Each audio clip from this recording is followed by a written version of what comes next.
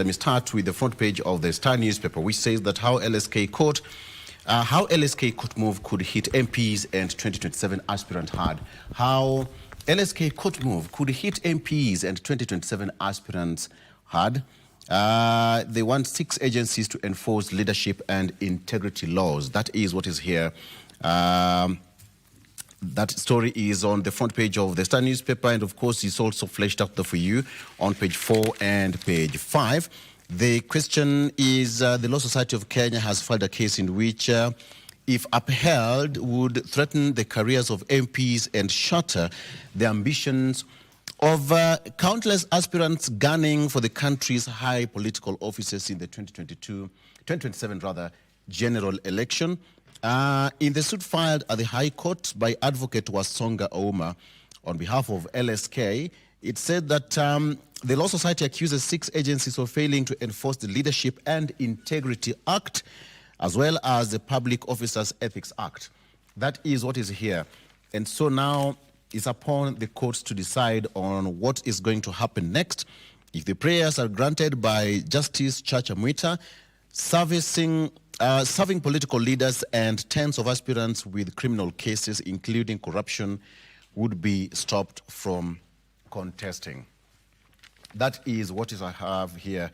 The way things are run, in this case, the society accuses 6 agents of failing to enforce the Leadership and Integrity Act, as well as the Public Officer Ethics Act, which is a matter of concern. And again, that is on the front page. Again, the story that has been across the country right now and across the region is the mega dam project, the Grand Dam that was launched in Ethiopia. And it's one of the biggest infrastructure projects carried by Ethiopian government. President William Ruto actually toured the Grand Ethiopian Renaissance Dam after it was launched yesterday. And it said that it's one of the biggest of a kind in Africa. Raises questions why Kimorer and Aror, years down the line, have never seen the light of day. Okay, Kimorer and Aror, we remember the 2 dams? Yes. The question is why? And how counties will share out the 3.7 billion shillings roads levy cash. There is a way there. And details have now emerged of how counties shared the 3.7 billion shillings roads maintenance levy fund cash after a protracted battle with Parliament. And now, newly released data revealed that the counties own multi-billion shillings ambitions for their road networks would also be funded. Nakuru received the largest single allocation of 183.4 million shillings. Okay, so that is on the front page of the Star newspaper. Let me get back to the sports, which I think is the most important again. Coach McCarthy praises Harambee Stars' reaction after 5-0 humiliation over Seychelles. Harambee Stars actually wounded the Gambia's 3-1 sting, rose from the ashes to dismantle the Indian Ocean archipelago. Head coach Benny McCarthy actually said that he praised his team for a ruthless display, while Seychelles coach Ralph Jean-Louis admitted that his young side was simply outclassed. Clearly, that is what is up. I mean, they did a good job. They did a very good job. Congratulations to Harambee Stars. Philomena, I don't know whether you're a fan of football. I have no idea.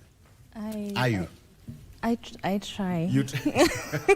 But at least you can talk about Harambee Stars thrashing Seychelles 5-0 yesterday. I mean, after what happened in Chan, we were wounded out and at the quarters, and here Harambee Stars 5-0. That was unheard of. Good morning. Good morning. Good to see you. Good to see you too. I'm a patriot. Karibu sana. So anytime I have an opportunity to support the Kenyan team, I go all in. You go all out for Absolutely. It. Okay. Yes. There is this story on the front page. First of all, how is Kenya doing? In your own perspective, how is Kenya doing? I think we are doing pretty well. Let me start by saying good morning to the viewers. Yes. And good morning to you and to my fellow panelists. As a Kenyan, I feel like we are doing well. There are obviously challenges here and there. Yep. And around this time, when we are looking at the Kenya Kwanza scorecard on the past 3 years, as a parent, I want to remind myself how I always look at the report card when my son comes back after the long term. I usually look at the process of learning and what they were able to achieve as opposed to the result itself. So as we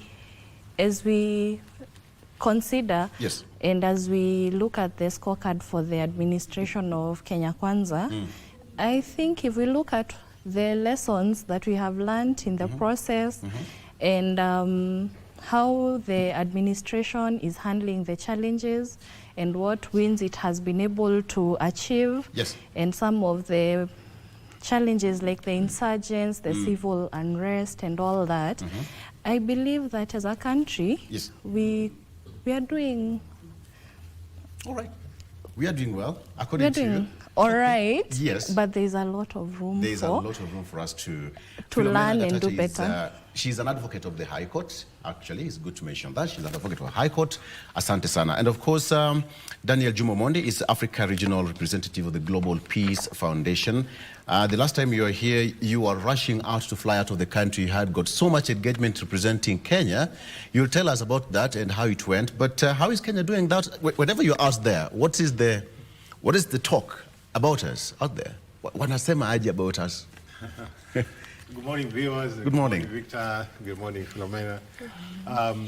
So I was happy to represent Kenya in Korea, where we had a big event. I went with some members of parliament to celebrate Korea at 80. And so the members of parliament I went with, including the MP for Nyeri, Madenge, and MP for Shinyalu, were able to actually, represent us quite well and really portrayed a good image about our country. So I think Kenya is on the right path. Of course, with challenges, and no country is never without challenges. But just like Philomena said, we are on the right path, and we keep moving, and of course we can be better. We can do much better. There is no one who is always contented with where they are. We are always ambitious. Even when we achieve this, we want to achieve more. And so it's rightfully so. Kenyans, definitely want to achieve more. There's so much things we can do, especially our city of Nairobi. Honestly, if you walk in cities like Seoul, Korea, you see how they have really managed their waste management, road constructions, lightings and all that. There is no reason why, we cannot even make sure that Nairobi itself, even the NCB itself, has proper adequate lighting. Right now there's security. There's a security issue. The last 1 week, I've been told that there have been problems in the CBD, and so these are issues that I'm hoping that the governor, can be able to, working with the government, can be able to sort out.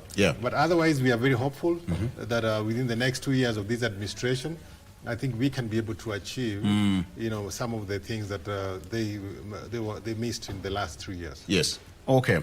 Wakili, just before I bring in Peter, the question here on the front page is LSK has moved to court, and the story is on page 4 and 5. This is all about the integrity, chapter 6 of Constitution, right? And it's all about the corruption and people who are implicated in the case.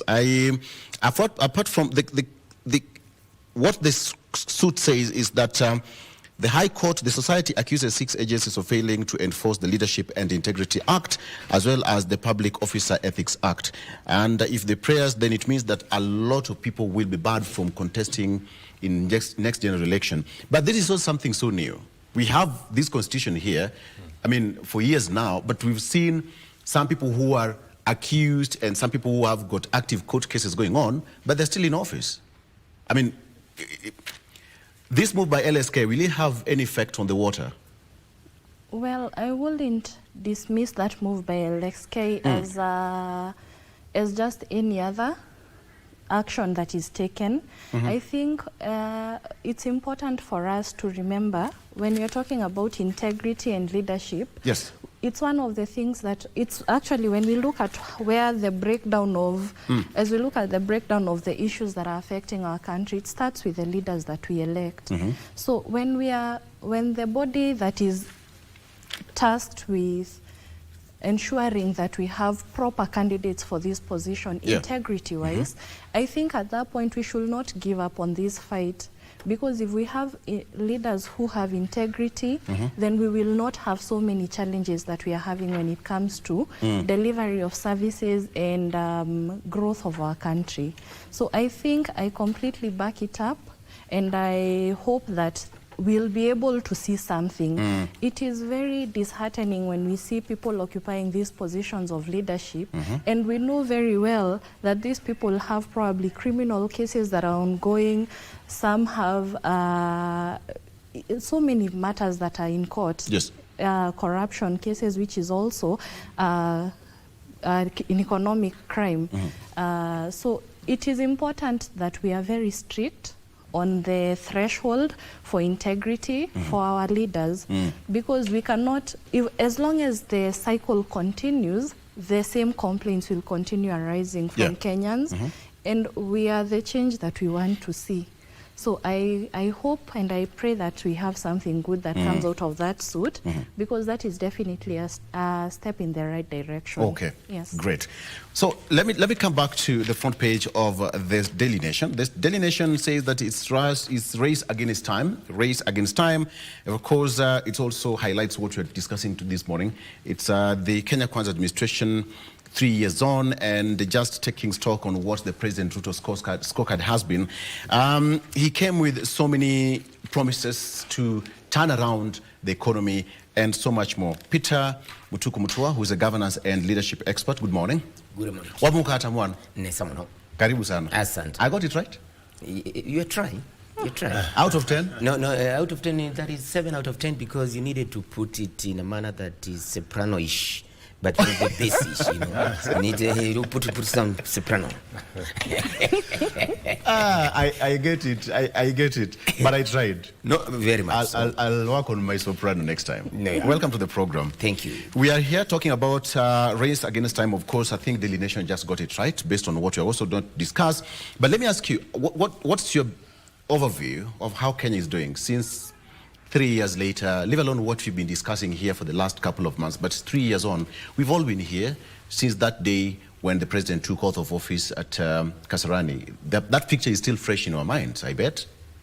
It's still fresh in my mind. Right. Because fortunately, I was on that side of Kenya Kwanza. So I was following things at every stage, right even before Kasarani, Bomas and everywhere.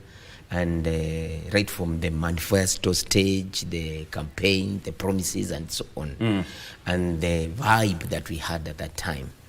And you remember when you invited me yesterday and looked at the discussion to do the scorecard 3 years down the line, you know, I took my time and asked myself some questions. It is a scorecard for 3 years against who and against what? Because you remember, we've experienced 2 disruptions in the last 3 years. The first disruption was last year during the Gen Z revolution, and as a result of that, there were some changes that were effected, that the changes were not internal. You see, when you are playing, for example, we hosted Chan last month, and when you are playing with a certain team, the team that we had, for example, in Kenya, then along the way, you find at some point we have introduced new players from another country or another team.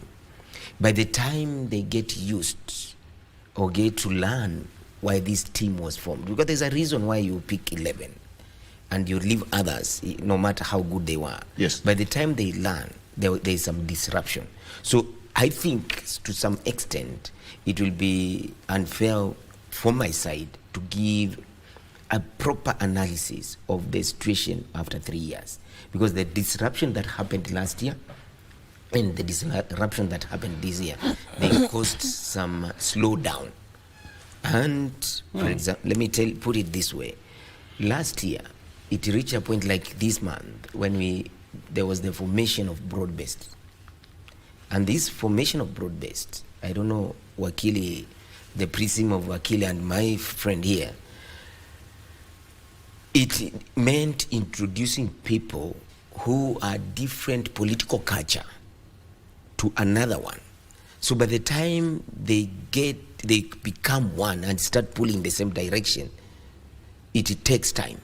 So I would wish that we are given some more time to analyze these things, but as it now, I still feel there's some confusion. Let me give you a very good example here. Can we do that after break? If there is a break there. Yes. And then after break, they make sure we have the newspapers, yeah? I have my own here so that whatever you read, we read. I'll take care of that. Yeah. Thank you. Because you need to know what you are reading. Let's take a break. We'll be right back. He said that he was the other side of Kenya Kwanza and he needs more time. But we need that time to take a break. See you guys.